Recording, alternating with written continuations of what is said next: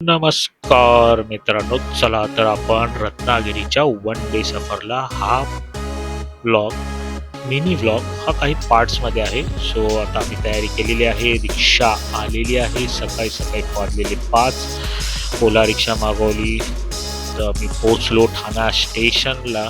Highway तसा शुकशुकाट आणि पोचताच आहे ना शनी स्वामींचे दर्शन झाले.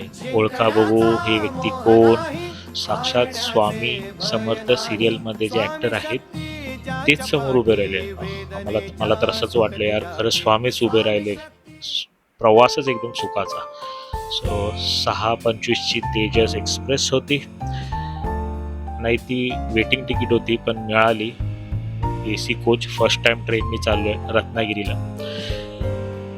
नॉर्मल बसलो, बघितलं ट्रेन्स थोडा कशी आहे ट्रेनची अरेंजमेंट आणि आलो. थोडं पनवेल स्टेशन आलं तर आला नाश्ता. ट्रेनची हालत तशी काही बरी नाही. वर तुम्ही बघू शकाल सगळं तुटलेलं फुटलेलं आहे. आणि मीनवाईल टाईम जात नव्हता. एडिटिंग केली, व्हिडिओ एडिटिंग. थोडं निसर्गरम्य परिसर पाहिला. ट्रेन तशी हळूहळू चालली होती. काही स्टॉप्स घेतले ट्रेनने पण कंटाळा नाही आला, मजा आली. ट्रेनची सफरच काही वेगळी. आणि मेन म्हणजे कोकणात चाललोय ट्रेनने तर काही औरच एक नंबर. सो 11 वाजले होते. रत्नागिरी स्टेशनला पोचलो होतो आपण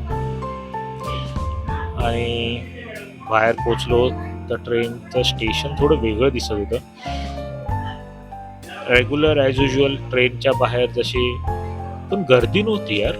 मला ती नवल वाटतं. ट्रेन वेटिंग तिकीट फुल आहे पण गर्दी नाही.